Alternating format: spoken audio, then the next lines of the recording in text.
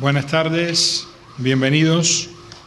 Como presidente de la Asociación de Iberoamericanos por la Libertad, es un honor presentar y organizar este evento Conversación en Libertad, junto con la cátedra de Mario Vargas Llosa, con una de las figuras más destacadas, premiadas y sobre todo valiente, como es nuestra amiga, la filóloga, bloguera, periodista, escritora Yoani Sánchez.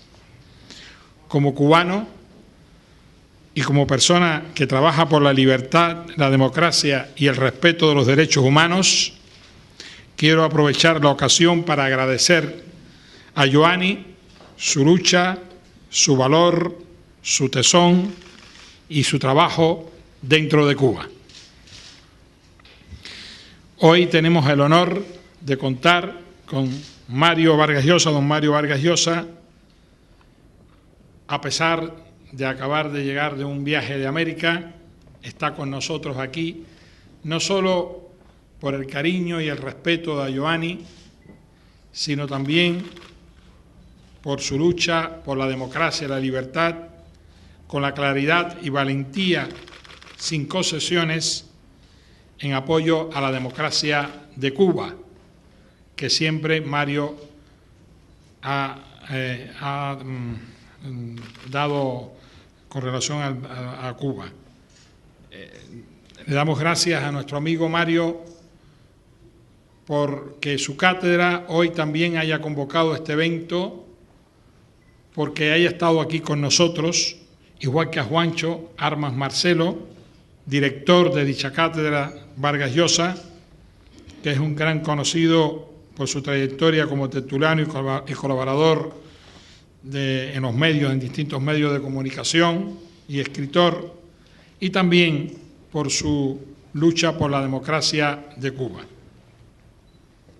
Quiero también aprovechar y agradecer el apoyo de la Comunidad de Madrid, en especial a la Consejería de Asuntos Sociales y al señor Pablo Gómez Tavira, director de Inmigración, por su excelente trabajo y apoyo. Saludamos también al señor Javier Goizueta, director de Voluntariado y Cooperación de Desarrollo, que también está con nosotros. Tampoco puedo olvidar a la Casa de América y de su magnífico equipo. Muchas gracias a su director, Tomás Poveda, a la directora de programación, doña Julia Escobar, a Amparo García, de Tribuna América, a Israel Doncel, responsable de prensa, por formar un gran equipo humano y de trabajo. Gracias a las embajadas aquí presentes y a todas las autoridades y a todos vosotros. También quiero comentarles que en cada asiento había un cartoncito o un papelito para que ustedes puedan escribir su pregunta. Después del conversatorio, después de las palabras de Yoani, con Juancho, de Mario, ustedes podrán hacer las preguntas y Yoani responderá a todas aquellas preguntas que ustedes hagan. Vendrá alguien a recogerlo por cada asiento, la pregunta que ustedes formulen en el papel. Sin más dilación, Mario. Voy a decir solamente 2 palabras. Creo que todo el mundo está impaciente por escuchar aquí a nuestra invitada de honor. Quiero decir que para la cátedra que lleva mi nombre es sumamente honroso, un verdadero privilegio participar en este acto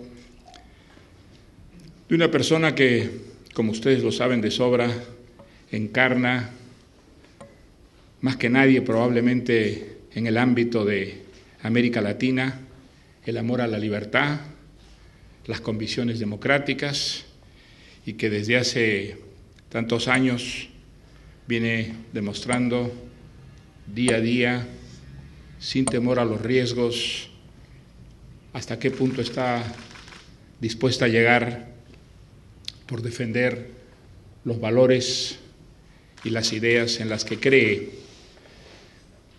Hay muchas cosas que tenemos que admirar en Yoani Sánchez, desde luego su coraje, el inmenso amor que tiene a su país.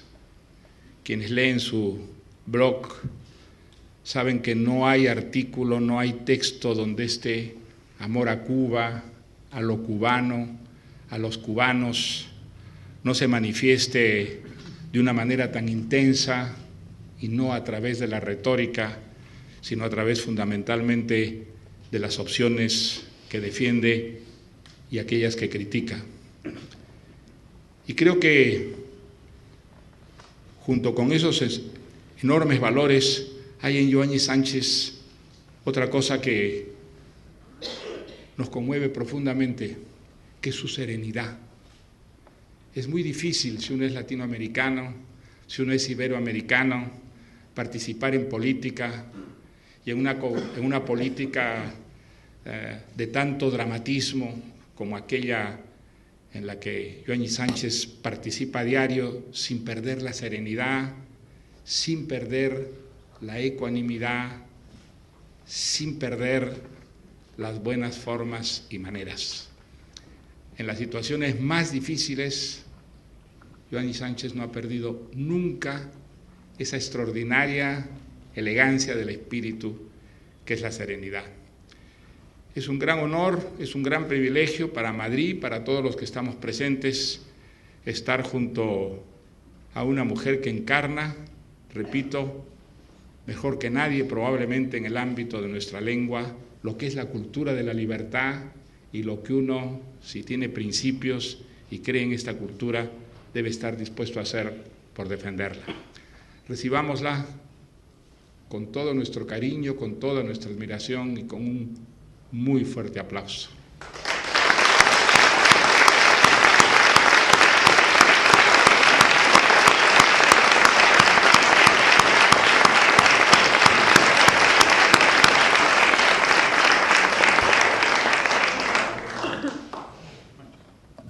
Muy buenas tardes. Cuando nos dijeron que venía Yoani Sánchez y que querían los cubanos aquí en España que la cátedra participara en este acto, yo dije, sin contar ni siquiera con Vargas Llosa, la cátedra es de Yoani Sánchez. Ella y las personas como ella nos dan una lección moral, una lección de valentía, una lección de dignidad y de integridad moral, lo repito otra vez, lo cual no es solamente una lección ética, es también una lección estética, sobre todo en Cuba, país que no sé si ustedes saben que yo conozco bastante bien. Mientras haya gente como Yoani Sánchez, estaremos siempre convencidos de que hay una esperanza y de que esa esperanza, a mí no me gusta mucho la palabra sobrevivir, porque como decía Alexander Bat, en cada superviviente suele esconderse un canalla. Y entonces lo más importante es que no sean supervivientes, sino resistentes. Yo lo que creo es que Yoani Sánchez es una resistente que se retroalimenta de libertad. Ese debe ser el alimento de ella en Cuba, conociendo ese país. A mí cada vez que la leo me deslumbra, tenía un interés enorme por conocerla, me deslumbra, me fascina la valentía y sobre todo eso, cómo mantiene el tipo estético en un país donde eso no es precisamente abundante. Una de las preguntas que yo le formularía, porque se me amontonan muchísimas, la primera pregunta que yo le formularía, yo creo que no es impertinente, que le va a gustar, luego seré más duro, pero quisiera que nos explicara cómo desarrolla su trabajo, cómo es que en un país donde las tecnologías están prohibidas y solo son para la o el G2 y para Ramirito Valdés, yo sí pierdo el sentido. Yo no soy tan elegante como Yoani Sánchez y los conozco por dentro. Entonces, lo que sí quiero es que nos explique a nosotros cómo desarrolla ese trabajo de libertad en un ámbito donde no hay libertad y sobre todo no hay derechos individuales, que están sometidos al dictado cotidiano y casi al segundo del sátrapa. De modo que, por favor, explícanos a todos cómo es tu valentía cotidiana. Bueno, buenas tardes. Antes de empezar a responder esa pregunta, quisiera primero, claro, agradecer la invitación tan bonita a un lugar que había imaginado de muchas maneras y ahora confirmo que es más hermoso todavía de lo que había pensado, ¿no? Gracias a Casa de América, gracias a los organizadores, gracias a todas esas personas que han venido. Sé que entre ustedes, porque veo los rostros y conozco a algunos, hay muchos cubanos. Entonces, quería agradecer a ustedes por venir, a ustedes por ser, por estar, a ustedes por conservar a Cuba también. Sé que muchos de ustedes se han llevado la patria a cuestas, la han conservado, la han protegido, han mantenido incluso parte de esa cultura que hemos olvidado dentro de la isla, ya sea por censura, por intención del gobierno de que no conozcamos nuestro propio país. Hay tantas historias para nosotros censuradas que ustedes tienen dentro y tienen por contar, que yo, además de agradecerles, quiero decirles gracias por conservar a Cuba fuera de Cuba. Gracias por esa patria que se llevaron y que quieren retornarla también. Gracias por todas las canciones que nosotros no podemos tararear y que ustedes recuerdan. Gracias por todos los libros que a nosotros nos dejaron leer y que ustedes conocen. Gracias por todos esos pasajes históricos que nunca me enseñaron en la escuela y que estoy seguro que cualquiera de ustedes podría narrarme con todos los detalles, ¿no? Entonces, un abrazo a todos mis compatriotas aquí y me hace muy feliz esta tarde porque en primero se llama Conversando o Conversación en Libertad con Giovanni Sánchez, y eso es básicamente lo que yo soy, una persona que habla, que dialoga, que escribe, una persona que usa la palabra, el verbo, la metáfora muchas veces para alcanzar la libertad interior, la libertad personal y la libertad colectiva de mi país. Aquí en esta mesa está uno de los grandes responsables de lo que soy hoy, ¿no? Él lo sabe. Mario Vargas Llosa es un hombre que ha influido de manera muy importante en mi vida. Una vez, hace ya más de 20 años, estaba buscando yo un libro precisamente de ese autor prohibido, satanizado, excluido, una especie de bestia negra de la literatura latinoamericana que nos prohibían leer. Y bueno, yo quería acercarme, porque nada hay más atractivo que lo prohibido, ustedes lo saben, y yo quería acercarme a las páginas que escribía ese hombre tan estigmatizado, tan vapuleado por los medios oficiales. Conocí a un amigo, a su vez este amigo me dijo que tenía otro amigo que podía prestarme algunos libros de Mario Vargas Llosa, y bueno, pues fui a la casa de ese hombre a pedirle un libro, La guerra del fin del mundo. Hoy llevo ya 20 años de casada con ese hombre, así que aquí está el responsable de que yo hubiera encontrado el amor, así que después pasó el tiempo y cuando parecía que Vargas Llosa ya había pues influido de manera definitoria y definitiva en mi vida, llegó el año 2000, estaba yo en la universidad a punto de graduarme de una profesión que adoro, la filología hispánica, me estaba graduando en la especialidad de literatura latinoamericana contemporánea y decidí hacer una tesis sobre la literatura de la dictadura. Bueno, era un tema un poco espinoso, ya ustedes se imaginan, toda la definición de qué es un caudillo, de qué es un sátrapa, de qué es una de estas personas que acumula tanto poder y que tanto han campeado por tierras latinoamericanas. Y entonces me pongo a hacer una selección de las obras que iba a tratar y justo en ese año sale La fiesta del chivo, el libro de Mario Vargas Llosa sobre la dictadura de Trujillo. Ocurrencia mía, incluí el libro en el análisis y por poco me cuesta la graduación y el diploma. Me gradué, pero fue el principio del fin de una profesión. Ese día en ese tribunal, cuando vi a los profesores que me evaluaban, la complicidad también de mis colegas de aula con lo que estaba ocurriendo, con el intento de sepultarme ideológica y políticamente por aquella tesis, dije, ya no quiero ser filóloga. Ya no quiero ser filóloga ni ser especialista en las palabras en un país donde no puedo usar la palabra libremente. Entonces este hombre, no solamente a través de su literatura conocí el amor de mi vida, sino que también le cerré la puerta a una profesión que todavía tengo. Nunca puede uno desprenderse del ser filólogo. El ser filólogo es una enfermedad profesional que arrastro, pero dije, no quiero pertenecer a un mundo académico, a un mundo intelectual, a un mundo lleno de tantos dobleces, con tantas concesiones al poder, con tantas genuflexiones al poder como es el mundo académico, literario y editorial en Cuba. Así que en ese camino, y siendo una filóloga renegada, me asomé a lo que es ahora mi gran pasión, la tecnología. La tecnología que no tenía tantos dobleces. El código HTML es mucho más directo, más claro, más limpio, con menos dobles morales que todo el tema académico en Cuba. Y entonces me entregué a las teclas, a las pantallas, a los circuitos, a los cables, porque me parecía que en ellos yo podía encontrar realidades concretas, no máscaras, silencios ni mordazas.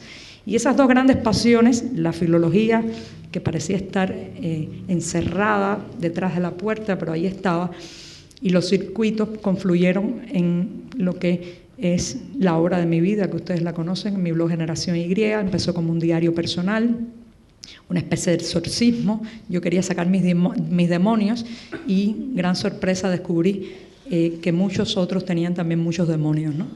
Entonces, ese camino me ha llevado hasta aquí. Yo creo que es un derrotero interesantísimo, una aventura de vida, algo que me cambió mi existencia para bien y para mal. Pasé de ser una persona sumamente anónima a estar en el centro de muchas cosas hermosas, muchos aplausos, pero también muchos insultos. Así que esto que ven aquí es también el fruto de todo ese proceso, un proceso de frustración cívica, de intento de encontrar mi propia voz, de tratar de escaparme de las mordazas, de la censura, del abrazo ese tan nefasto que es el oportunismo en mi país, donde tanta gente ha comprometido su voz, su escritura, su palabra por prebendas, por lamentablemente lo que yo llamo los obscenos atributos del poder, por ridiculeces. Han comprometido su voz intelectual, su posicionamiento claro ante la ausencia de derechos, ante la falta de libertades. Entonces eso es lo que soy básicamente, una persona que se levanta cada día y se dice a sí misma, hoy me voy a comportar como si fuera libre. No lo soy, claro que no lo soy.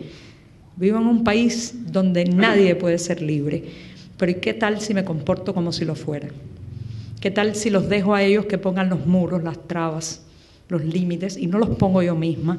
Porque lamentablemente en mi país mucha gente se pone a sí misma el límite y mucha gente se pone a sí misma las mordazas. Hay mucha gente que se calla antes de que lo callen, mucha gente que tiene temor incluso antes de que el policía levanta la tonfa, ¿no? Mucha gente que se dice no se puede hacer nada. La frase que más he oído en 6 años, después que abrí un blog, es no vas a poder cambiar nada. Es la frase más desestimulante con la que me encuentro en mi realidad cada día. ¿Para qué lo haces? No vas a poder cambiar nada. ¿Para qué lo haces? Ahí viene otra frase muy dura. ¿Para qué lo haces? Este pueblo no se lo merece. Me dicen constantemente. Y yo digo, pero yo me lo merezco. Yo quiero ser libre. Yo quiero comportarme como una ciudadana con derechos. Yo me lo merezco. Mis hijos se lo merecen. Mis nietos se lo merecen. Por ellos también lo hago. Entonces, ya aterrizando en temas más prácticos como la pregunta, creo que esa pasión de la tecnología, y mezclado con un poco el no querer callarme, me llevó a encontrar los caminos para ser en unas situaciones bastante límites, en unas situaciones bastante complicadas, tecnológicas, comunicativas y también desde el punto de vista del propio acceso a la web. ¿Cómo hacer un blog en un país donde no hay internet? ¿Qué locura es esa? ¿A quién se le ocurre tener una página web en un lugar donde solo el 3% de la población tiene la posibilidad de entrar al ciberespacio y conectarse a la gran telaraña mundial? ¿Qué locura es esa de crear un diario virtual, digital, en un país donde para acceder y conectarse a internet muchas veces hay que pagar con la moneda ideológica? Donde muchas veces hay que aceptar el dogma político para poder convertirse en un internauta. Bueno, pues me convertí en un internauta en esas circunstancias, en primer lugar porque no tenía otra opción. ¿Qué más iba a hacer? Me iban a dar un minuto en la prensa, me iban a dar unas líneas en un periódico nacional, me iban a permitir hablar en una radio aunque sea a las 2 de la madrugada cuando todo el mundo dormía, no me lo iban a permitir. Por tanto, el blog e internet no fueron una elección, fue la única posibilidad, un terreno que se abría, que quizás en un momento el gobierno no había comprendido la importancia estratégica de esa pequeña grieta que se le abría al muro, y por allí nos colamos. No solo yo, que me tocó ser pionera del fenómeno del periodismo digital en Cuba, por tanto, arrastro la culpa y la gloria.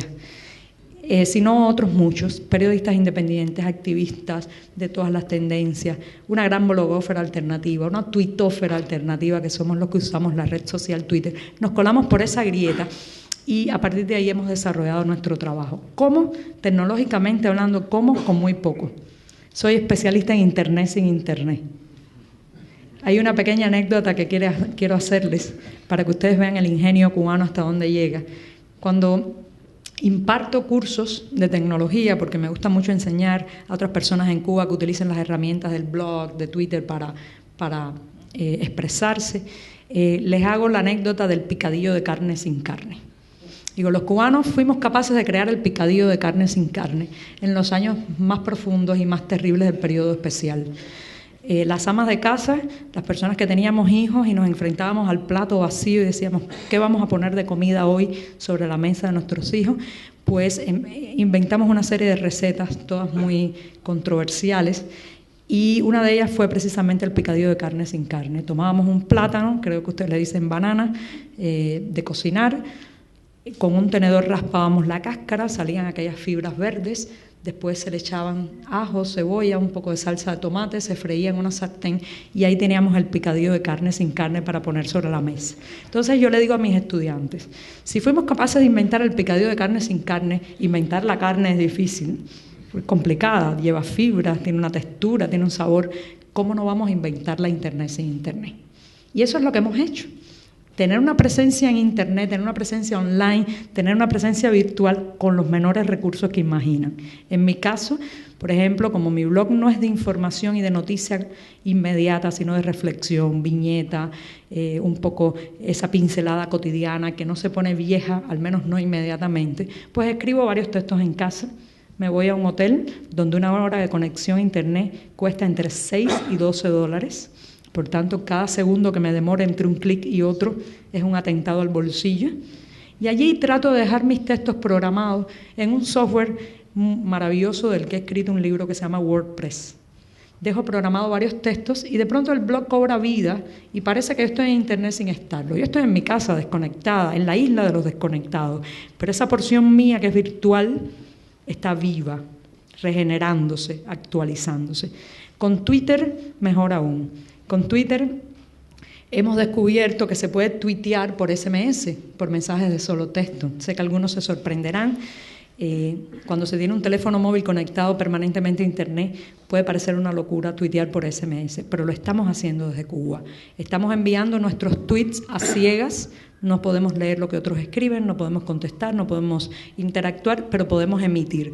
Y eso ha sido un cambio significativo en el monopolio informativo estatal sobre toda la noticia que circulaba dentro de Cuba. Imaginen que ahora mismo un activista en cualquier lugar de Cuba, en el pueblito más pequeño y más recóndito, puede estar mandando un tuit diciendo ha sido detenido este otro activista o hay un acto de repudio contra las damas de blanco que viven en nuestro pueblo. Y eso está llegando al segundo a Internet. Imagínense qué cambio informativo tan trascendental es ese en un país durante décadas. En primer lugar, sacar la información era muy complicado y en segundo lugar, muchas personas del mundo no querían escuchar. No querían ni siquiera enterarse de lo que nos ocurría. Miraban hacia otro lado, se tapaban los oídos. Y de pronto ya no pueden taparse los oídos porque está ese tuit de un activista de un pequeño pueblo diciéndole algo va muy mal en mi país. Así es, el picadillo de carne sin carne, el tweet sin Internet.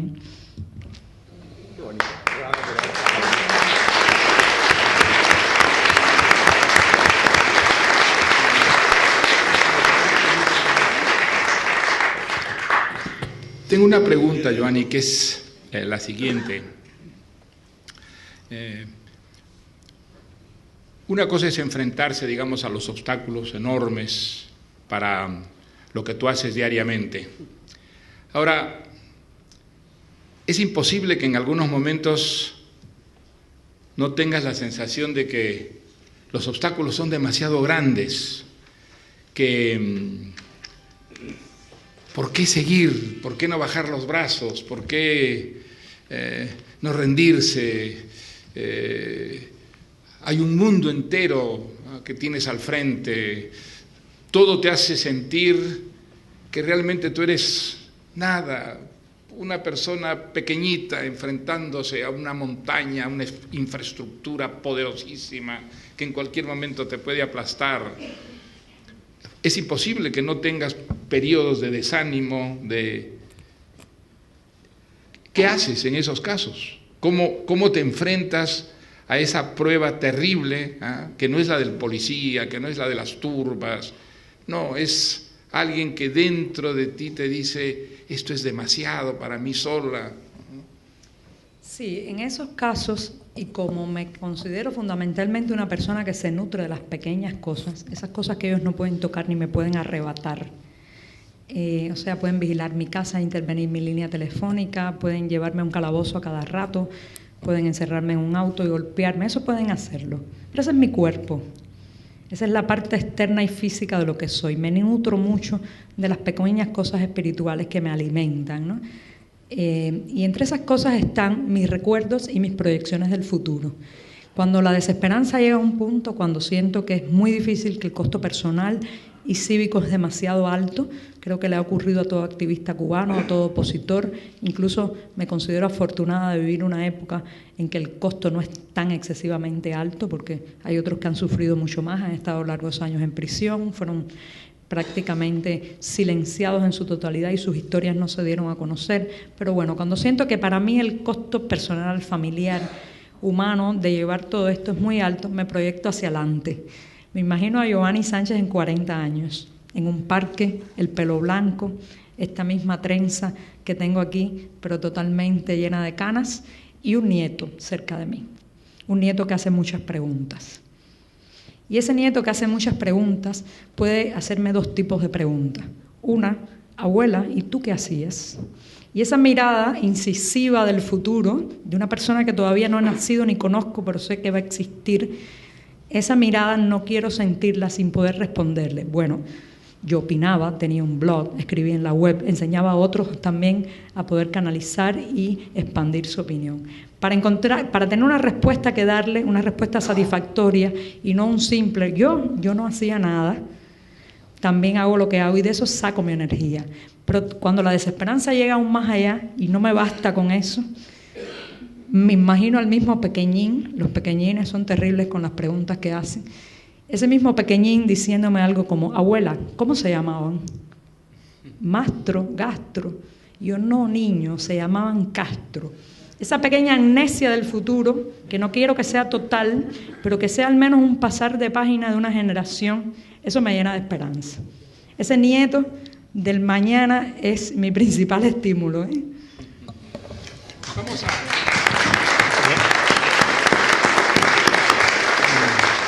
Recuerden que pueden ir haciendo sus preguntas, escribiendo sus preguntas para pasar después el cartón.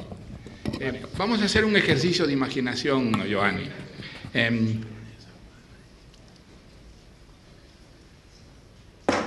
¿Cómo podrían ocurrir las cosas en Cuba para que lo que tú y tantos cubanos quisieran, que es una democratización del país, una reconciliación del país, una modernización del país, ocurriera a través de una transición pacífica, sin violencia, sin sangre, sin esa tradición terrible latinoamericana de las divisiones y de los enconos? ¿Cuál sería ese proceso? ¿Cómo ese proceso podría darse en Cuba y en qué plazo podría darse? Sí, yo creo que esa es una pregunta que nos hacemos mucho, ¿no? Yo cada mañana me levanto y me pregunto cómo será y cuándo será. Es una pregunta que me estoy haciendo desde que llegué a la adolescencia. Es difícil porque hay muchos odios acumulados. El gobierno ha hecho una política de encarecer el cambio, ha fomentado mucho la división ideológica, ha asusado las pasiones. Es un gobierno, además, que no ha podido hacer una transición política gradual. Han comenzado unas pequeñas flexibilizaciones económicas que ya habíamos visto en los años del periodo especial y que ahora pues Raúl Castro se ha visto obligado a volver a emprender, pero sin embargo eso no va de la mano de una transición política, de una despenalización de la discrepancia, de una aceptación de otras fuerzas, de un permiso para la existencia de otros partidos. En un cuadro así la fractura puede venir en cualquier momento, ¿no? Lo otro negativo es que nos encontramos ante una sociedad civil muy poco educada cívicamente. Mi generación no conoce otra posibilidad, no conoce otra opción, está acostumbrada a que todo se lo orientan desde arriba, al Estado paternalista y que se intromete en todos los aspectos de la vida. Hay una gran ignorancia en temas de organización social, el poder propio de la ciudadanía, lo que se le puede exigir a los que gobiernan o al poder ahora y después. Entonces eso es un cuadro que me crea cierta desazón y cierta desesperanza. Sin embargo, hay motivos para esperar una transición gradual. ¿Cuáles son las señales? Bueno, en primer lugar, están muriendo. Bien, la biología podrá lo que no ha podido la rebeldía. ¿Qué nos vas a contar a nosotros? En la generación histórica en el poder está llegando al ocaso de su vida. Me entristece que la vida de mi país dependa de la muerte de unos hombres, pero lamentablemente a eso nos han llevado, en esa situación nos han dejado, están muriendo. Cuando la desesperanza me cunde, me acuerdo también de una frase de los jóvenes soviéticos durante la perestroika, era la prehistoria de la perestroika.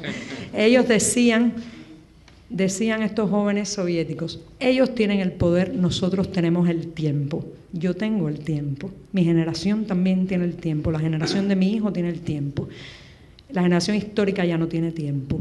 Por otro lado, la tecnología yo creo que va a ayudar mucho, la tecnología, la información, a saber cómo han sido estos procesos de transición en otros países.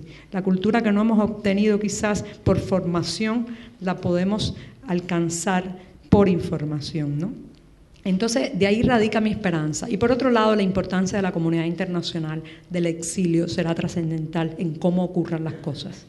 Si nos vamos a una espiral de venganza y revancha, si nos vamos a las manos entre los mismos cubanos, pues habrá que postergar el futuro medio siglo más. Si tenemos la lucidez de darnos cuenta que lo que ocurra en Cuba no solamente implicará Cuba, en Cuba se va a decidir en esa transición prácticamente los próximos 100 años de América Latina. Y no lo estoy diciendo cayendo en el error de tanto cubano que se cree el ombligo del mundo.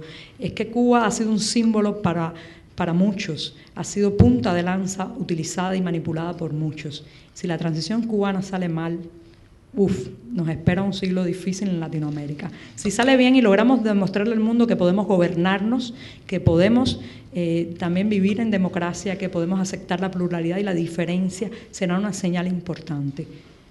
Entonces, bueno, ¿qué va a pasar? No sabemos, pero yo espero que sea pacífica, ¿eh? Pero mira, hemos visto caer muchas dictaduras en el mundo, muchas dictaduras de derechas y muchas dictaduras de izquierda. A Mario le dijeron una vez, y en México creo que fue, si ya no era grandecito para distinguir entre las dictaduras de derecha y las dictaduras de izquierda. No hay distinción entre las dictaduras de derecha y de izquierda. Y además terminan cayéndose. Una dictadura tan personal como la de los Castro, que ahora trata de, una vez más, exportar, en este caso a Venezuela. Yo quiero decirte, no es exactamente esa dictadura una dictadura de dinosaurios, y que los jóvenes tendrán en algún momento, los jóvenes de 55 años, tendrán en algún momento la vocación de ser el Adolfo Suárez que necesitaran en Cuba, por ejemplo. Bueno, hace justamente 2 días estaba yo con un amigo que veo aquí paseando por las salas del Museo del Prado y nos deteníamos frente a una obra de Goya, una obra que yo admiro y que cito a menudo, que es Saturno devorando a sus hijos. ¿Qué es lo que ha pasado con el modelo cubano? Se ha comido a todos sus posibles sucesores. Ha defenestrado a todo aquel que estuvo una vez en los entramados del poder y que brilló con luz propia, que tuvo determinado carisma. Los últimos defenestrados, los últimos devorados de Saturno, los conocemos. Carlos Laje, que llegó a ser vicepresidente, y Felipe Pérez Roque, que llegó a ser el canciller cubano, ¿no? Ahora mismo, en este ocaso de su vida, cuando el reloj está a punto de marcar la medianoche, han mirado hacia los lados a ver quién queda. Y han descubierto a este hombre, Miguel Díaz-Canel, que es el actual primer vicepresidente, que ha aprendido muy bien la lección. Si brillas, sales del poder. Si tienes voz propia, te aniquilan. Entonces es un hombre que ha sido seleccionado más por su fidelidad que por su capacidad, más por su compromiso de continuidad que porque pueda ser un reformista. Hay que ver cómo funciona el día que no lo están mirando sus jefes, ¿no? De todas maneras, yo no pongo mis esperanzas en posibles reformistas dentro del gobierno. No estamos esperando un Gorbachev. No estamos esperando un Yeltsin. Si llega, que no beba tanto. Esperamos que no beba tanto. Tanto vodka, pero que beba ron. Eso esperemos. Pero yo no creo que vaya por allí. Yo creo que va a ser una secuencia de elementos donde mencionaba esto. La situación en Venezuela, sin duda, es una variable que en la fórmula nacional va a catalizar el cambio, va a obligar a cambios también. Está en la efervescencia de la sociedad civil que hace unos 10, 15 años imaginábamos solamente como el partido opositor, como el grupo disidente, y que ahora te asomas a ella y hay una pluralidad de fenómenos, desde un músico de hip hop que se encierra en el baño de su casa y en ese estudio alternativo que es el baño, graba una canción apabullantemente libertaria, como puede ser, por ejemplo, la canción de hip hop Decadencia del grupo Escuadrón Patriota. Entonces, esos fenómenos están en ebullición. La tecnología se agrega a la GIACO nacional, el fin biológico, y eso va a hacer brotar los nuevos líderes. Yo tengo la ilusión de que el próximo presidente cubano esté jugando béisbol en alguna esquina de La Habana, no conozcamos su nombre, no arrastre sobre sí ningún pedigrí oficial, ojalá que así sea. Ojalá, y juegue béisbol, mejor todavía. Quienes quisiéramos que Cuba cambie, que termine la dictadura, que se democratice, que se abra. Muchas veces tenemos dudas, no sabemos cuál es la, digamos, actitud que puede ayudar más a los resistentes cubanos del interior.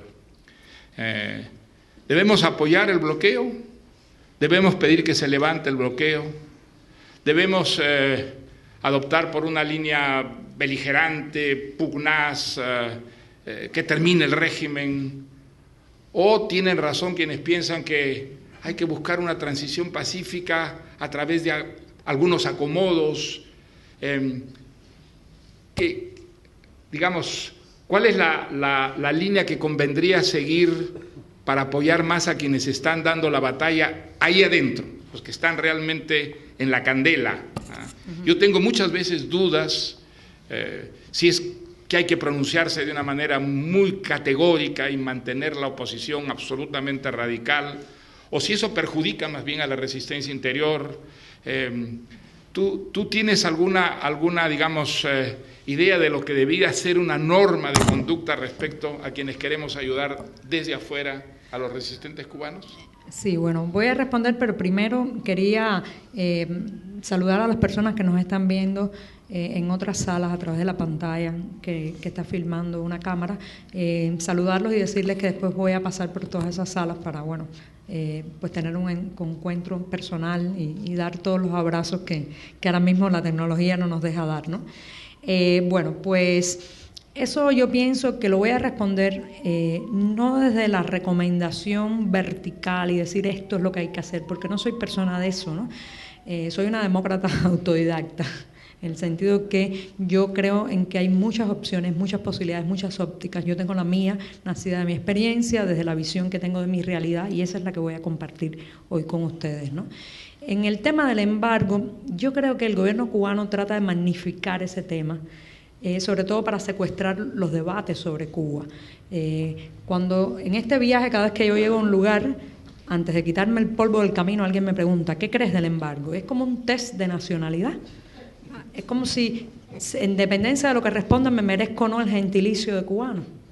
Eso significa que el gobierno ha amplificado tanto el efecto y la importancia del embargo norteamericano en la vida nacional que ya se convierte prácticamente en un parteaguas que nos divide en un lado o en otro. Lo cierto es que dentro de Cuba, la sociedad civil que yo conozco, ese movimiento crítico y disidente, el tema del embargo no se convierte en una gran diferencia. Coincidimos personas que están a favor de que se mantenga, otras que estamos en contra, en la mayor armonía, conciliación y colaboración, porque ese no es nuestro tema principal. El tema principal nuestro es la democracia de Cuba. que se alcance un marco de respeto, que se alcance un marco de derecho a la asociación y a la expresión. Cuando yo voy a las tiendas de mi país, a las tiendas en pesos convertibles, porque además mi país vive una esquizofrenia económica, una dualidad monetaria desde hace casi 17 años, y nos pagan los salarios en una moneda y tenemos que comprar prácticamente todo lo que necesitamos en otra. Cuando voy a las tiendas donde se compra en esa moneda, que es un fantasma del dólar, el peso convertible, la mayoría de los productos dicen hecho en Estados Unidos. El pollo congelado viene de Estados Unidos, la miel viene de Estados Unidos, el maíz, prácticamente el arroz. Entonces, eso no encaja con la versión gubernamental de que el férreo bloqueo, como lo llama la propaganda oficial. Por tanto, yo pediría no desgastarnos en ese punto. Yo tengo mi postura y mi posición de que es el gran pretexto para justificarlo todo, desde la falta de libertad hasta la falta de tomates, ¿no? Pero no creo que debamos desgastarnos en ese punto porque sería hacerle el juego al gobierno. Por otro lado, yo creo que sí hay que mantener una posición vertical, directa y abierta sobre el tema de la violación de derechos humanos en Cuba. En eso, toda la verticalidad que se pueda, por favor. En eso, no mirar hacia otro lado, no ceder ante considerandos de tipo económico, ni financiero, ni por intereses de repartirse el pastel nacional. Vamos a callarnos lo que le están viviendo los cubanos. Los organismos internacionales tienen mucha responsabilidad. Se han dejado secuestrar por el discurso oficial, se han dejado maniatar por la diplomacia cubana y muchas veces nos han dejado abandonados a nosotros, el pueblo, los activistas, los disidentes. Entonces, en eso, verticalidad. La confrontación, el gobierno cubano es muy hábil en confrontaciones. Le encanta el lenguaje de la batalla, de la trinchera, del belicismo, del enfrentamiento total, pero también se aprovecha de un lenguaje que baja los grados de la confrontación política. Yo recomendaría, enfoquémonos en la ciudadanía, ayudemos a esa ciudadanía a empoderarse material, económica e informativamente.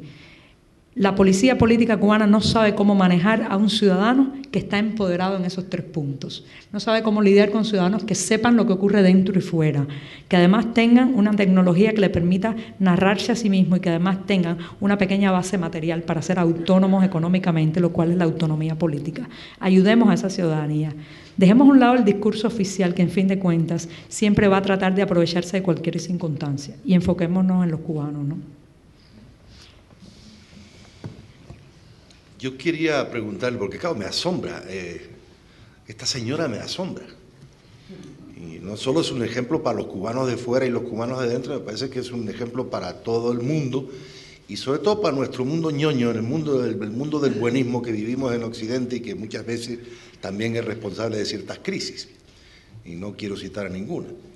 Pero sí quiero preguntarle, ¿qué cree ella que va a pasarle a ella y a su familia cuando... Esto es una pregunta que tengo que hacerla, porque yo conozco a muchos amigos míos que hablan en público así, pero luego se quedan. Son los quedaditos de siempre, ¿no? Está bien, hacen lo que quieren y cada uno hace... No, esta señora vuelve a la lucha. Vuelve a la lucha ella sola como una especie de pulgarcito, como una especie de enanito que batalla como si fuera un gigante contra un sistema que realmente no permite ni dar un paso. Sobre todo 1,62 m, pulgarcito. No. Pero eso es 1,62 m de dignidad, lo cual es mucho más que 1,62 m. ¿Qué va a pasar, según tus hipótesis, cuando tú llegues? ¿Y qué va a pasar con tu marido, con tu familia? Porque ellos, tú sabes que lo que hacen es encabronar a la familia, asustar a las familias de aquella persona que realmente es tan valiente como tú. Bueno, yo creo que trato durante este viaje, un viaje que además es el viaje de mi vida, en el sentido de que había esperado mucho por este momento de salir, se me negó en 20 ocasiones el derecho a traspasar las fronteras de mi propio país, y trato durante este viaje, que es un viaje que me está cambiando desde el punto de vista cívico, profesional, humano, trato de no proyectar demasiado lo que va a pasar cuando entre a Cuba, porque eso sería un elemento que me paralizaría un tanto, que me aterraría. Entonces, sí, lo miro, puedo tener algunas hipótesis, pero no quiero ponerme en la piel todavía de la Yoani Sánchez de aquí a finales de mayo, ¿no? Sin embargo, puedo suponer lo que va a pasar. Este viaje me ha traído una visibilidad que, como yo les explicaba hace un rato, es para bien y para mal. Por un lado me protege, por otro lado es como un círculo rojo alrededor de mi cabeza, como si yo me señalara diciendo, sí, soy yo, soy culpable, ¿no? El gobierno cubano es como un padre despótico. Trata a sus ciudadanos como niños pequeños a los que dan nalgadas, a los que determina qué comen, cómo se visten, si pueden o no salir de casa. Y cuando un niño pequeño sale de casa y se porta mal, después viene el castigo. Soy una niña inquieta, soy una ciudadana inquieta, me espera el castigo, la palmada, el cocotazo, el encierro en el armario, muy probablemente. ¿Cómo se traduce eso? Bueno, habrá un aumento de lo que nosotros llamamos el fusilamiento mediático. Ataques difamatorios, he encendido a veces la tele nacional en el horario estelar y he visto mi rostro allí rodeado de los peores adjetivos: ciberterrorista, apátrida, enemiga, mercenaria, agente de la CIA. He tenido que vivir con eso, blindar emocionalmente a mi familia para que aprenda a vivir con eso. No es nuevo, es algo que le han hecho a todos los activistas. Se lo hicieron a Osvaldo Payá, se lo hicieron a Marta Beatriz Roque, se lo han hecho a mi amigo Dagoberto Valdés, se lo han hecho a todo el que ha osado criticar al gobierno, porque el gobierno cubano quiere destruir ética y moralmente a esas personas. Sin embargo, ¿cuál es el efecto? El efecto moderno, el efecto actual, no el efecto de hace unos 10 o 15 años, que el cubano está tan saturado de propaganda oficial y tan saturado de estos ataques a los críticos que eso se convierte realmente en una motivación para acercarse a la obra de estas personas, a ver de qué va esta muchacha que escribe en un blog que la ataca tanto la prensa oficial. Entonces se convierte realmente en una gran propaganda sobre nuestro trabajo. Eso se va a recrudecer, se van a recrudecer la vigilancia, la observación, mi línea telefónica que ya está tomadísima, va a estar más tomada todavía, la presión sobre mi familia, siempre te dan donde más te duele. Pero tengo una familia pequeña, afortunadamente, porque si tuviera que velar por muchos, sí estarían peor, ¿no? Es una familia muy pequeña, muy consciente del terreno movedizo donde estamos trabajando y moviéndonos. Nunca me han echado en cara nada, nunca me han dicho por qué lo haces, detente, nos metes en problemas. Entonces mi familia me protegerá también. Y por otro lado, este viaje con la visibilidad que le decía que es positiva en un punto, es que yo creo que por al menos unas semanas y unos meses me voy a alejar de los calabozos y de los secuestros y de los golpes. No será para siempre, pero voy a aprovechar ese lapsus mínimo de protección física para correr hacia adelante.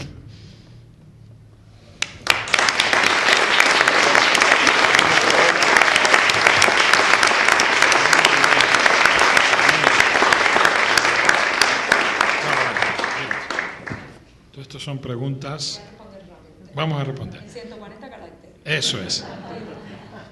Alberto Moreno, me parece que de Europa Press. Actualmente en Cuba se pasa hambre. Cuba caerá. Si cae el chavismo, o pasará una década como la de los 90. Sí, en Cuba se pasa hambre. El hambre no es solamente el no tener que poner en el plato. El hambre es el nunca poder decidir qué alimento quieres poner sobre el plato. El hambre es el no poder haberte dado nunca un placer del paladar, del gusto, el no encontrar las sazones, el no encontrar las especias. El hambre es levantarte cada día y preguntarte qué voy a comer hoy. Eso también es hambre, ¿no? Porque te crea una insatisfacción, un apetito, un desafuero por consumir y por alimentarte, que cuando tienes la oportunidad, pues pasa lo que le pasa a muchos cubanos cuando salen por primera vez de Cuba, que los ves con un apetito feroz cayendo sobre los platos. Tienen hambre, claro que tienen un hambre histórica, tienen un hambre de décadas. Y por otro lado, los que no pasan hambre, entre otras cosas, porque hacen todo lo contrario de lo que dice la propaganda oficial. Reciben remesas de los parientes que viven en el exilio. Muchos de ustedes lo saben, sostienen a las familias cubanas para que coman cada día, para que lleguen a fin de mes y pongan en los pies de sus hijos un par de zapatos para ir a la escuela. Otra ilegalidad que se comete es sumergirse en el mercado ilegal, conocido en Cuba como mercado negro, para poder alimentar a nuestras familias. Si fuera por el oficialismo, solo le daríamos leche a nuestros hijos hasta los 7 años. Sin embargo, muchos no nos conformamos con eso y apelamos al mundo ilegal. También la otra son todos esos caminos reprobables ética y moralmente, pero que se hacen tanto en mi país como la prostitución, la venta de productos ilegales al turismo, el desfalco constante al Estado. Gracias a eso también comen muchas familias en Cuba. Entonces, en Cuba hay hambre y para no tener hambre hay que hacer todo lo contrario a lo que dice el gobierno. En el tema de, ¿cuál era la segunda pregunta? Venezuela.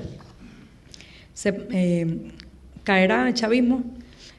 Bueno, ya lo he dicho, no hay chavismo sin Chávez, no hay castrismo sin los Castros. Es una cuestión de tiempo. Incluso con Maduro en el poder tendrá que recortar el subsidio, no puede en la situación económica que está viviendo Venezuela mantener la tubería de petróleo y de recursos que está llegando a la Plaza de la Revolución, a La Habana y a Cuba. Entonces se disminuirá, eso será un golpe bastante duro para el gobierno cubano, y si no se abre a la inversión extranjera, si no se abre a un mercado por cuenta propia más intenso, caerá sin lugar a dudas. Valentina, con respecto a la situación que se vive en Venezuela, concretamente a la violación de la libertad de prensa y de opinión, hasta en las redes sociales, ¿crees que puede ser posible retroceder en el tiempo y que los venezolanos tengan que utilizar la admirable imaginación para gritarle al mundo? Bueno, a mí Venezuela me preocupa mucho, ¿no? No solamente porque es un pueblo cercano, como nos unen muchos vínculos históricos, culturales, regionales intensos, sino porque aterradoramente veo cómo están tratando de seguir el camino errado de Cuba. Hoy en la tarde estaba en una conferencia, había 2 jóvenes venezolanas muy emocionadas que me preguntaban sobre el tema, y yo volvía sobre la metáfora de la jaula. Los cubanos ya estamos encerrados totalmente en la jaula del totalitarismo, de la ausencia de medios de prensa que no sean del gobierno, en la jaula de la represión, en la jaula del control absoluto sobre cada detalle de nuestra vida. A los venezolanos todavía no han podido terminar de construirles toda la jaula. No están todos los barrotes, la puerta no está cerrada. Si no son conscientes de eso, en breve terminarán como nosotros. Entonces, de verdad, miro con preocupación, y también me gustaría hacer un llamado a los venezolanos a que no dejen que se concluya la jaula alrededor de ellos, ¿no? Gladys Hernández pregunta, explica por favor por qué la ley migratoria nueva no es la espectacular apertura que piensa la gente, que el problema no es salir de Cuba, sino que te reciban en otro país. Sí, la reforma migratoria que se aprobó a partir del 14 de enero no es la reforma para nada soñada ni deseada, después de décadas de un absurdo migratorio en el que estuvimos atrapados los cubanos, décadas en que muchos padres se quedaron sin volver a reencontrarse con sus hijos, muchos abuelos nunca conocieron a sus nietos, mucha persona murió en el exilio sin poder retornar a su país, al menos a despedirse de los suyos. Pues se ha aparecido estas flexibilizaciones migratorias, yo las llamo así porque me parece que la palabra reforma le queda demasiado grande. Si usted lee la ley, que es el decreto ley 302, lo lee detalladamente, va a darse cuenta que en ningún punto se dice que el acto de entrar y salir del país es un derecho inherente por el simple hecho de haber nacido en Cuba. Todavía sigue siendo una prebenda que se otorga, algo que se da como una autorización. Los deportistas de alto rendimiento, los llamados profesionales vitales, algunos activistas detenidos durante la Primavera Negra no van a poder salir de Cuba, no están logrando salir de Cuba incluso con esta reforma. Por otro lado está la precariedad material económica de los cubanos. ¿Quién puede pagar un boleto? ¿Quién puede pagar un vuelo hacia otro lugar? ¿Quién puede pagar un visado? Bueno, la gente que tiene amigos, familia, algún tipo de negocio ilegal que pueda costearse eso, familia en el extranjero me refería. Entonces, no es la reforma soñada, algo se ha abierto en el cerrojo insular, pero no hay para cantar victoria. Los exiliados siguen siendo los grandes olvidados, no pueden retornar a radicarse, no pueden votar, no pueden decidir sobre el destino nacional, no pueden comprar propiedades en la isla. Y en torno a si otros países lo aceptan o no, bueno, yo creo que estamos en la situación de muchos países latinoamericanos en ese sentido, ¿no? Lo que pasa es que en el caso nuestro pueden ser 2 muros por saltar, el que otro país te acepte y te dé una visa, y el muro interior de que nuestro propio país nos deje salir. Por lo menos ahora vamos a concentrarnos a echar un muro abajo. Después ya podremos negociar el otro, ¿no? Felipe Sánchez te pregunta, después de este viaje fuera de Cuba y tus conferencias, ¿crees que te dejen volver a Cuba? ¿Qué te harán al volver? Bueno, ya respondí qué me harán, así que voy a responder el si me dejan volver. Legalmente sería una gran atrocidad que me impidieran regresar, porque estoy dentro del tiempo establecido por la nueva ley. Son 24 meses que un cubano puede pasar con esta reforma migratoria en el extranjero. Yo apenas voy a pasar un poco más de 80 días. Ya le he dicho a mi gobierno que si no me dejan entrar legalmente me voy a convertir en la primera balsera en dirección contraria, ¿no?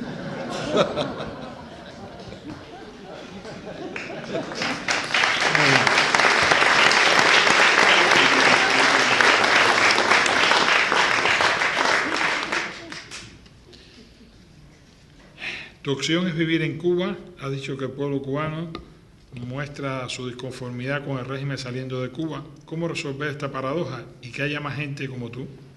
¿Tienes amigos de izquierda? Sí, mi opción desde hace mucho tiempo fue quedarme, ¿no? Proyecto mi vida en Cuba, quiero hacer mi futuro profesional y personal allí, quiero que mis nietos, ese chiquillo que les acabo de presentar hace un rato, nazca en Cuba. No tengo ninguna intención de vivir fuera. Y aquí me refiero a otro novelista, porque no solo Mario Vargas Llosa ha cambiado mi vida, hay otros también que son responsables de algunas elecciones vitales, ¿no? Y me refiero a Milán Kundera. Yo leí una novela de él que me impactó mucho, se llama La vida está en otra parte. Y remedando un poco a ese gran escritor, yo digo que para mí la vida no está en otra parte, sino en otra Cuba. Y yo he decidido construirla desde adentro. Hay muchas personas que pueden ayudar. Desde muchos ángulos se puede ayudar, incluso desde afuera. El exilio mismo ha estado ayudando. Pero mi elección es hacerlo desde allí, desde el interior de la isla. En torno a si tengo amigos de izquierda, tengo amigos de todos los colores políticos, tengo anarquistas, trotskistas, gente que no sabe muy bien ni siquiera qué filiación tiene, liberales, socialdemócratas, demócratas cristianos, porque no elijo a las personas por el color político o la tendencia ideológica que profesan, sino por su calidad humana. Y hay calidad humana en todas partes.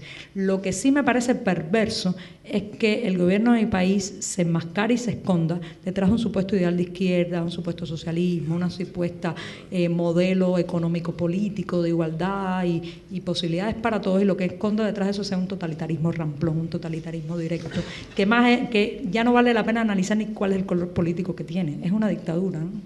Bien, del colectivo Colegas, que lo conoces. Sí. Bien, ¿cuál es la situación actual de los homosexuales en Cuba? ¿Cómo Mariela Castro intenta manipular el activismo gay para vender Cuba? Hace mucho tiempo que no tienen noticia de organizaciones gay en Cuba como la Fundación Reinaldo Arenas. ¿Tienes noticia de ello? Hace unos años yo estuve en un evento en el que hablaba Mariela Castro, fue en uno de los hemiciclos, muy bonito por cierto, del actual Museo de Bellas Artes, la Sala Universal, y ella estaba ahí dando una conferencia sobre aceptación de las diferencias sexuales, sexualidad, etcétera. Y yo recuerdo que estuve, en un momento abrieron la palabra al público, yo levanté la mano, en ese momento afortunadamente no era tan conocida, o al menos ella no me conocía tanto, y le hice una pregunta que tiene que ver con eso, ¿no? Le pregunté, bueno, bien, ahora ya los cubanos podemos salir del armario sexual. ¿Cuándo podremos salir de los otros armarios? Del político, del ideológico. Ella se molestó mucho, en ese momento respondió algo así como, bueno, no es mi tema. Poco tiempo después escribió una carta muy agresiva en la web donde me acusaba, entre otras cosas, me decía gallita, lo cual en boca de una sexóloga, que es una persona que se supone que está por la tolerancia, por los roles, por el que la gente pueda asumir un rol u otro, no importa el género, sonaba muy agresivo porque me estaba llamando, y aquí vuelvo a mi origen filológico, me estaba llamando con un calificativo masculino, feminizándolo para ridiculizarme. Me estaba ofendiendo con eso. Le cuento esta historia porque me parece que detrás de toda esta cuestión de la lucha por la aceptación de las diferencias sexuales que lleva Mariela, detrás de ella se esconde una gran autoritaria. Los pocos momentos que he tenido para intentar un debate, un diálogo con ella, debajo del pequeño barniz de la tolerancia he visto una persona profundamente intolerante con las diferencias. Otra cuestión es que a pesar de que el Centro de Educación Sexual ha hecho un trabajo de concientización y de que el público cubano, que es muy machista, pues se acerque a esa realidad plural, sin embargo también ha monopolizado mucho el tema LGBT en Cuba.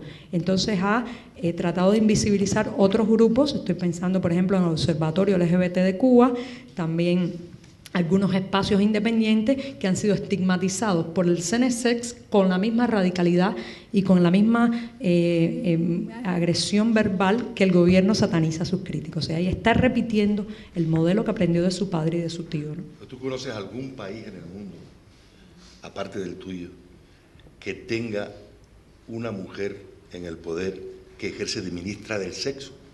¿Hay algún país que tenga un ministerio que se llame del sexo? Esto no se llama, pero ella ejerce de eso. No conocemos un país en el mundo entero que tenga un ministro del sexo, salvo esta señora en Cuba, lo cual me parece, dada su condición sexual, incluso me parece totalmente surrealista. e intolerable, claro. Bueno, lo cierto es que parece que no tiene mucho poder en ese terreno porque lleva años prometiendo que va a presentar en la Asamblea Nacional la propuesta de que se acepte el matrimonio gay y ni siquiera eso ha podido. O sea, menos parece que en el tema, no sé si del árbol genealógico del tema político tiene real poder, pero parece ser que en este tema que defiende y promueve no tiene mucha influencia. ¿Cómo se podrá poner de acuerdo los cubanos de aquí y de allá? ¿Te ves como presidente de Cuba? Bueno, yo creo que no ponerse de acuerdo, basta que nos demos cuenta cuál es el punto en común que nos une, la unanimidad, el coro, donde todos gritemos al mismo tono y la misma palabra, no creo que sea necesario ni recomendable.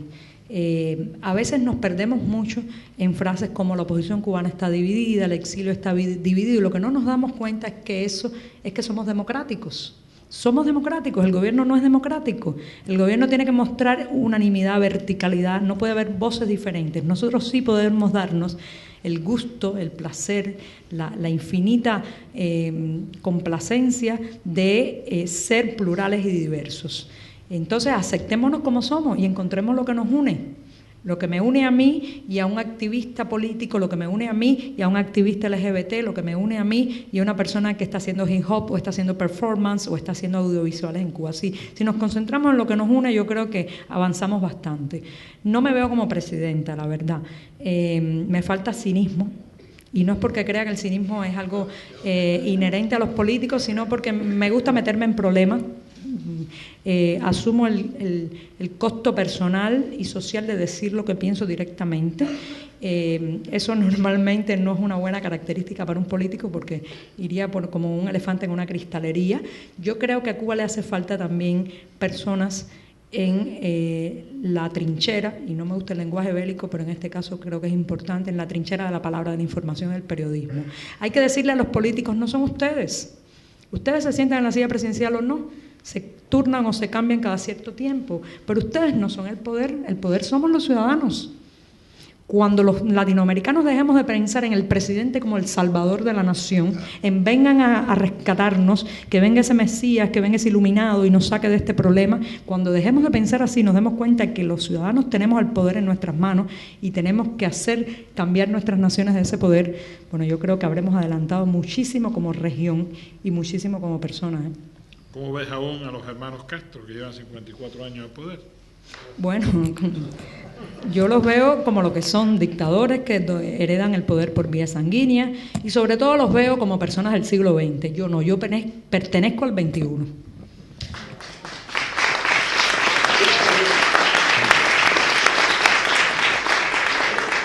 creo que algo de esto has respondido ya, bueno, la pereza de los cubanos para enfrentarse a la ausencia de libertad de Cuba. Bueno, pereza, no creo que seamos perezosos genéticamente. Un cubano toma un avión, atraviesa el Atlántico, llega a España o a Bulgaria o a Polonia y una semana después tiene 3 trabajos. Está trabajando 14 horas al día, o sea, no creo que la pereza sea algo que llevemos en la sangre, ni siquiera para ser ciudadanos. Lo que ha pasado es que la jaula cubana está muy bien montada, Y entonces de pequeños nos dicen, nada se puede cambiar, el país no te pertenece, ¿qué vas a hacer tú? Estas mismas frases desestimulantes que yo les decía ahorita, para que te metes en eso, nada va a cambiar, este pueblo no se lo merece, y entonces eso paraliza. Y por otro lado, la apatía y la indiferencia se han convertido en una protección ante el exceso de propaganda política e ideológica. Pero repito y digo, yo los prefiero apáticos que fanáticos. De la apatía se despierta. Yo fui una adolescente apática, una joven apática. Me escondí, me escudé, me colgué la máscara, hice tai chi en la azotea de mi casa, yoga en cualquier lugar, todo por evadirme de mi realidad. Y un buen día la realidad me confrontó, me encontró, me sacudió y me despertó. De la apatía se despierta. El fanatismo tengo mis dudas. Joanny, ¿conoces las publicaciones católicas cubanas Palabra Nueva y Espacio Laical? ¿Crees que contribuyen al despertar de la conciencia ciudadana en Cuba? Sí, yo pienso que sobre todo Espacio Laical está jugando un buen papel, aunque prefiero decir que me gustaba mucho más Vitral.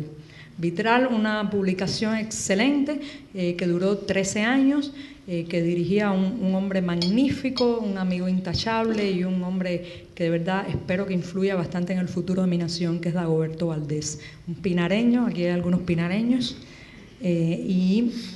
Bueno, pues me gustaba más Vitral. Espacio Laical me parece interesante como espacio que se crea, pero no pongo mis esperanzas de cambio en lo que pueda venir de la Iglesia o de la jerarquía de la Iglesia. Prefiero pensar que los ciudadanos laicos o católicos, santeros, protestantes, agnósticos con dudas metafísicas como yo, vamos a impulsar el cambio. Si la Iglesia nos acompaña, bien. Si no nos acompaña, también lo haremos. Muy bien. A ver. ¿Qué crees que debería hacer la juventud venezolana para evitar una situación similar a la cubana? No callarse, denunciarlo, utilizar las redes sociales, son muy buenos en eso. Venezuela está dando una batalla increíble en la red. Seguir narrándose. Nárrense a sí mismos que puede parecer que el camino ha terminado y que se ha cerrado la puerta, pero no lo creo. Todos estamos con los ojos puestos allí, depende mucho de lo que ellos narren también para que salgan de esa situación. Iván, te voy a hacer una pregunta. ¿Cómo tú sufragas estos viajes tuyos, Estados Unidos, Venezuela, no has ido a Venezuela, has ido a Perú, México, Chequia, aquí España 2 veces? Bueno, no sé, ¿está la CIA detrás de eso? ¿Quién es que te paga todo esto? Eso puede ser. Bueno, ya me extrañara no me hubieran hecho la pregunta, ¿no? Porque donde quiera que voy, además del embargo, me preguntan quién te paga los viajes, ¿no? Entonces, bueno, me encanta que me hagan la pregunta porque me encanta que me hagan esas preguntas donde el gobierno cubano ha mentido tanto, porque me permite a mí explicar mi parte y mi versión de los hechos y siempre es mucho más completa y más argumental que los gritos que ellos lanzan, ¿no? Pues sí, cuando se abrió el cerrojo insular, después que me negaron 20 veces salir de viaje, dije, bueno, quiero salir, ¿a dónde salgo? ¿Cómo estructuro este periplo por el mundo que me han arrebatado tanto tiempo y que ahora quiero hacer? Y a partir de ahí, pues empecé a tocar a todas esas instituciones, a todas esas personas. Algunas ni siquiera tuve que decirles quiero ir, sino simplemente me enviaron un correo electrónico, un tweet, me llamaron por teléfono para decirme aquella invitación que nunca pudiste cumplimentar sigue en pie. Y claro está, como son instituciones de corte académico, periodístico, algunas, por ejemplo, como Amnistía Internacional, que me invitó a un festival de cine que se hizo en Holanda, pues esos organismos, esas instituciones, esos centros académicos sufragan los gastos de las personas que invitan. Eso no es nuevo, yo creo que eso se estila con cualquiera, no solamente con minusválidos económicos como somos los cubanos. Así que gracias a esa solidaridad de estas instituciones en las cuales no hay incluido ningún grupo político, ningún partido, ningún gobierno y mucho menos la CIA, por cierto, pues esas instituciones han sufragado mis estancias, me han dado un techo, también he tenido la suerte de quedarme en casa de muchos amigos, no me ha faltado ni un abrazo, ni un plato de comida, delicioso por cierto en cada lugar que voy. No me ha faltado un espacio para conectarme a internet. Estaba en Brasil, a donde llegué con una colecta de recursos que hicieron varios bloggers en internet de manera transparente y pública. Llegué allí, estaba en un lugar presentando uno de mis libros, de pronto se me acerca un cubano que viene del público, me dice que me quiere invitar a comerme un puerco asado, yo no podía, no tenía tiempo, y me dice, pero quiero hacer algo por ti, y me regala un iPad 3. De eso se ha conformado este viaje. Mi hermana, que ahorró durante 2 años para que pudiera visitar la Florida, varias universidades de New York, como el Baruch College, una nueva universidad de Nueva York, que sufragaron mi estancia ahí. Y así podría decir varios, uno a uno cada detalle, pero prefiero reducirlos para compactarlo, para decir aquí, por ejemplo, estoy invitada por la editorial Anaya, donde tengo un libro técnico, el periódico El País, donde muchas veces publico. Básicamente, soy millonaria en amigos. Bueno.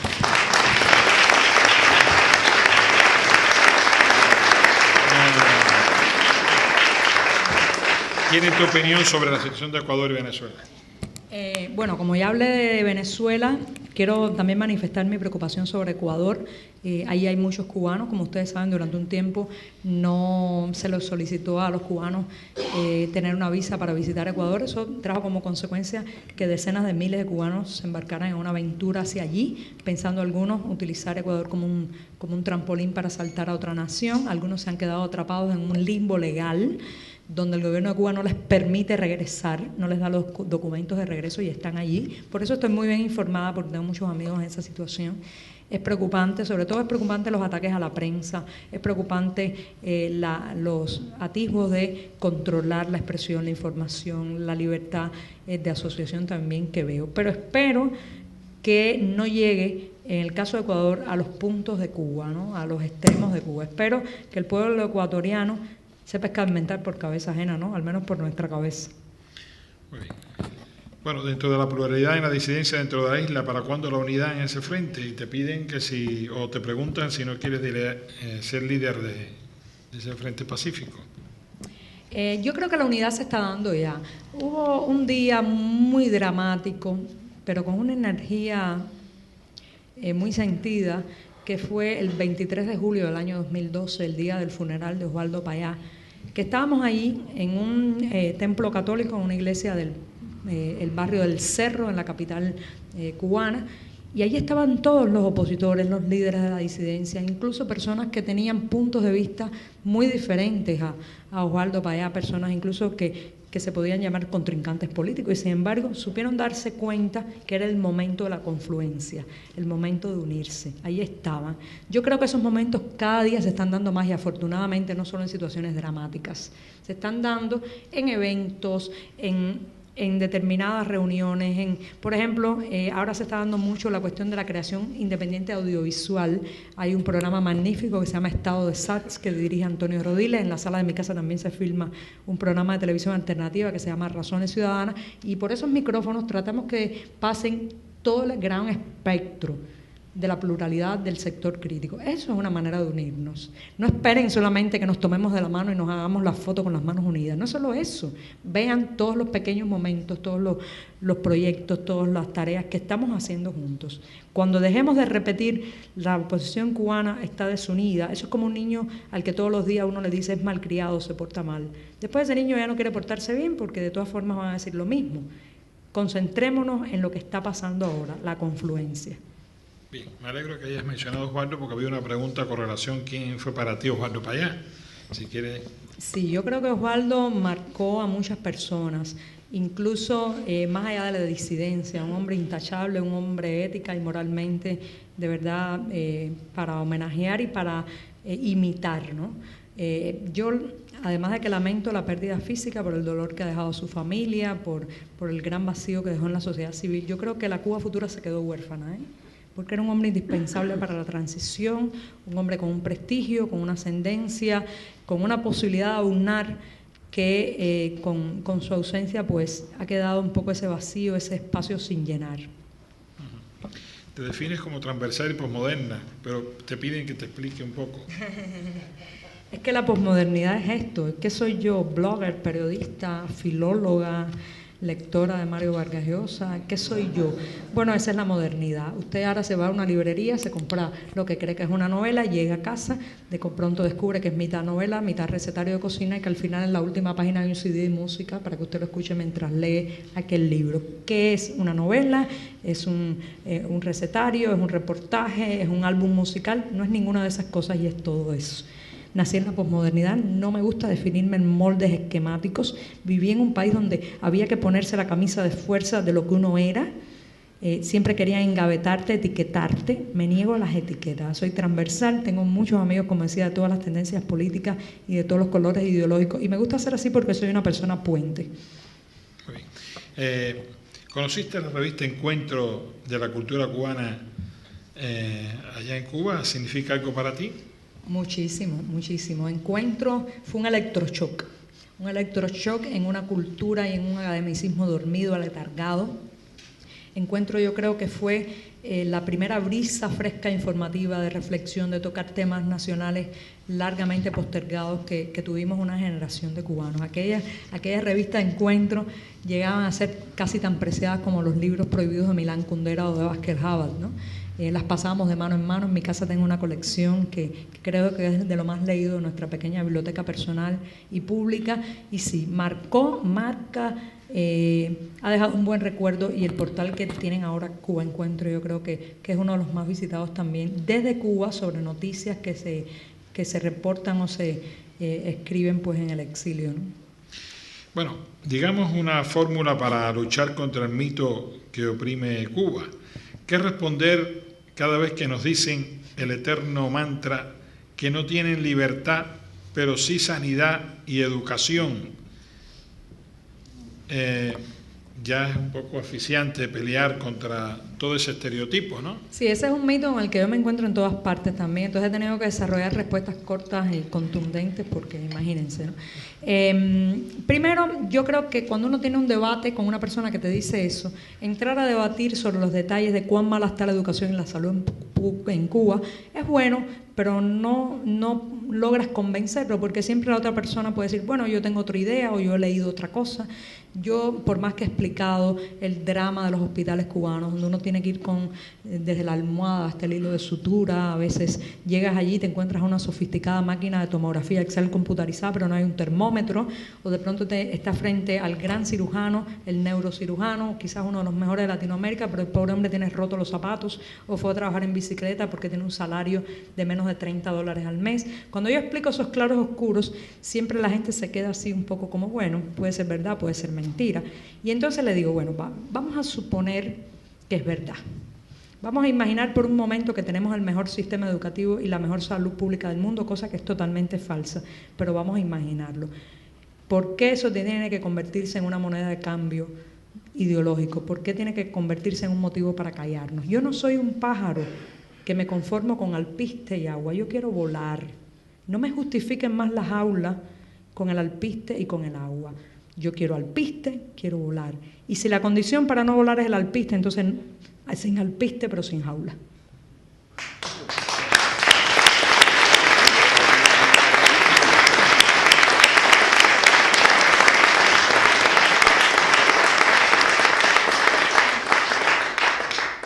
Te pregunto, ¿no cree usted que a través de la literatura cubana unificada será el camino importante para la unificación total?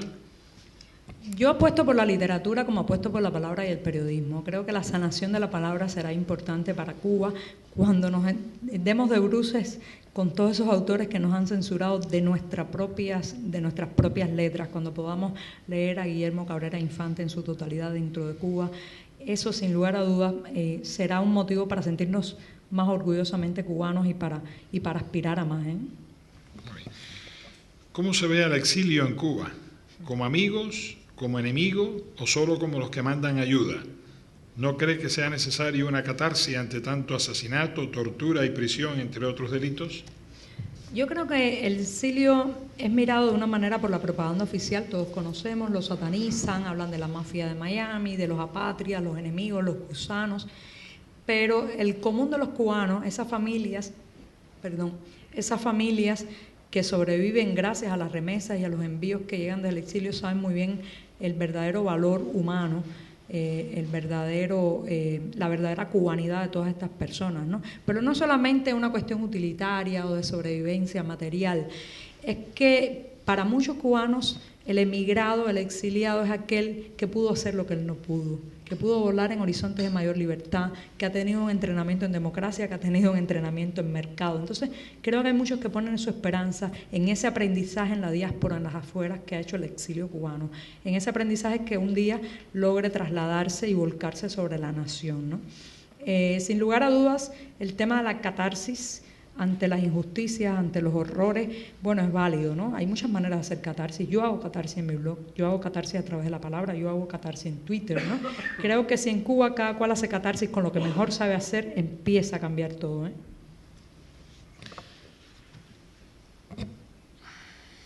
Se habla de Cuba, de Venezuela, el tiempo pasa con ello, pero ¿cómo ve usted el caso de Ecuador, donde Rafael Correa, con su visita a España y Europa y sus promesas laborales, hace que el pueblo cautivo olvide la falta de libertad de expresión?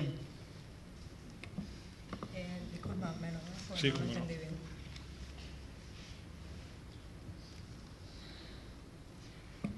Sí, muchas veces el autoritarismo trata de validarse a través de la diplomacia, ¿no? y de la comunidad, la opinión pública extranjera. Eso lo hemos vivido en Cuba también, no en balde. Ahora mismo Raúl Castro pues preside la CELAC, ¿no? Eso es una manera también de tratar de lavar el rostro de un autoritarismo a partir de insertarse y ponerse al mando de estas estructuras regionales e internacionales. Sin embargo, lo que hay que tratar de convertir eso, que ya parece ser que es irreversible la decisión, ya está tomada, tratar de voltear la moneda y decirle, bueno, está bien, si presides la CELAC, o en el caso de la pregunta, si viajas por el mundo y te entrevistas con la diplomacia extranjera, bueno, entonces, ¿por qué no cumples los preceptos y por qué no respetas los derechos humanos, tal y como muchos de esos organismos internacionales tienen en sus cartas fundacionales, en sus estatutos y sus principios originales, porque la CELAC también incluye eso. Entonces, ya que no podemos evitar que sea el presidente de la CELAC, ¿por qué no lo obligamos a comportarse como el presidente de la CELAC? No lo va a hacer, pero será un mecanismo de presión y un mecanismo también para denunciar lo que nos ocurre. Que firme los pactos, por ejemplo, los pactos de derechos humanos, Cuba, el gobierno de Cuba los firmó, no los ha ratificado. Si al menos se ajustaran a los pactos, ya todo sería diferente. Entonces, hay que hacer que ese lavado de cara se convierta en realidad en una exposición de la cara al público, a la afuera, a la diplomacia internacional y a nosotros mismos, ¿no?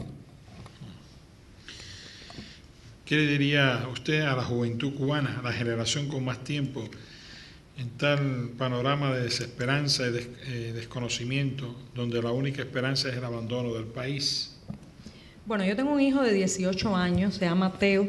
De manera que no solamente se lo diría a la juventud, se lo tengo que decir a mi propio hijo, que lo tengo en casa, y que un día tengo el temor que venga y diga, mami, me voy. Como han dicho tantos hijos a las madres cubanas, ¿no? Yo creo que muchos hemos vivido ese dolor de la separación. Y la verdad es que tengo una gran contradicción interna sobre qué decirle. Porque podría decirle, quédate en este país donde tienes tus raíces. Mi hijo me va a responder, sí, pero es que yo quiero dar frutos. Y por el momento dar frutos en Cuba es muy difícil. Entonces, tendré ese dilema, lo tengo cuando aconsejo a alguien entre recomendarle su propia realización, el volar en otros horizontes, o quedarse a plantar cara a una batalla que no sabemos ni siquiera cómo va a salir. Si yo pudiera decidir, si yo volviera a tener 18 años, me quedaría. Pero eso es una decisión muy personal, ¿eh? Sí. Dice que me impactó oírte decir que los cubanos son una sola Cuba, los de Cuba y los de afuera. Desafortunadamente muchos cubanos opinan que somos diferentes. ¿Cómo podemos los que salimos hace 50 años unirnos a los de Cuba y opinar igual que tú? Sí, muchos cubanos piensan que el exilio es diferente, pero no porque hayan tenido una real experiencia con el exilio, sino porque así le ha dicho la propaganda oficial. Por tanto, hay que tratar de derrumbar esos mitos, acercarse, hablar de tú a tú. Las nuevas ventajas que da la tecnología, yo creo que es un buen camino para empezarnos a reconectar como pueblo. Yo no creo en la Cuba de afuera, en la Cuba de adentro. Ya lo dije en la Torre de la Libertad en Miami. Yo aspiro a que un día tengamos que llamarnos o podamos llamarnos cubanos y punto, o sea, que nadie haga distinción a partir del lugar donde vivimos. Es más, tenemos que asumir que hemos dejado de ser una nación contenida en una isla. Somos una nación que se expande hacia afuera. Utilicemos todo ese caudal, aprovechemos toda esa energía, todo ese conocimiento adquirido fuera de nuestra frontera. Entonces, simplemente lo que hay que hacer es ayudar a quitarle el miedo al cubano de adentro, de que va a venir el exilio y lo va a desplazar, lo va a humillar, lo va a excluir. De eso se alimenta la propaganda oficial. Entonces, ayudemos a eliminar esos fantasmas, ¿no? Te pregunta, Joanny, por favor, comenta sobre la importancia de que americanos, como la persona que escribe, hijo de exiliados cubanos, la llamada generación Y, se involucre más y sea más activa en la lucha por una Cuba libre. Gracias por tu coraje e inspiración, dice. Yo me encontré en Nueva York un muchacho con un gran acento cubano y le pregunto, bueno, ¿de qué parte de Cuba eres? Y me dice, yo de New Jersey. Y me gustó tanto porque aquel hombre que había nacido fuera de la isla se consideraba cubano. Incluso lo comparé con muchos jóvenes en las calles de mi ciudad que quisieran ser de otra nacionalidad. Hay un chiste cubano, los cubanos nunca perdemos el humor, incluso en las peores circunstancias, que hay alguien que le pregunta a un niño, ese niño puede ser Pepito, ustedes tienen Jaimito, nosotros tenemos Pepito, que es el niño pícaro de nuestros cuentos, y le preguntan a Pepito, Pepito, ¿qué tú quieres ser de grande? Y Pepito dice, yo extranjero. Bueno, pues yo sueño con que los cubanos recuperemos el orgullo de decirnos cubanos. Por eso es importante que esa generación que nació en el exilio y se considera parte de nuestra identidad y nuestra patria, pues ayude a los jóvenes de su misma edad que dentro de Cuba todavía no han podido recuperar ese orgullo porque sienten que el país no les pertenece a una generación en el poder, entonces no saben muy bien cómo asumir la identidad y la nacionalidad. ¿Cómo ayudar? Con información, con tecnología. Yo sé que esa no es la fórmula para solucionarlo todo, pero es el principio para empezar a solucionarlo todo, ¿no? Muchas gracias a todos, muchas gracias sobre todo a Giovanni, Mario, Juancho.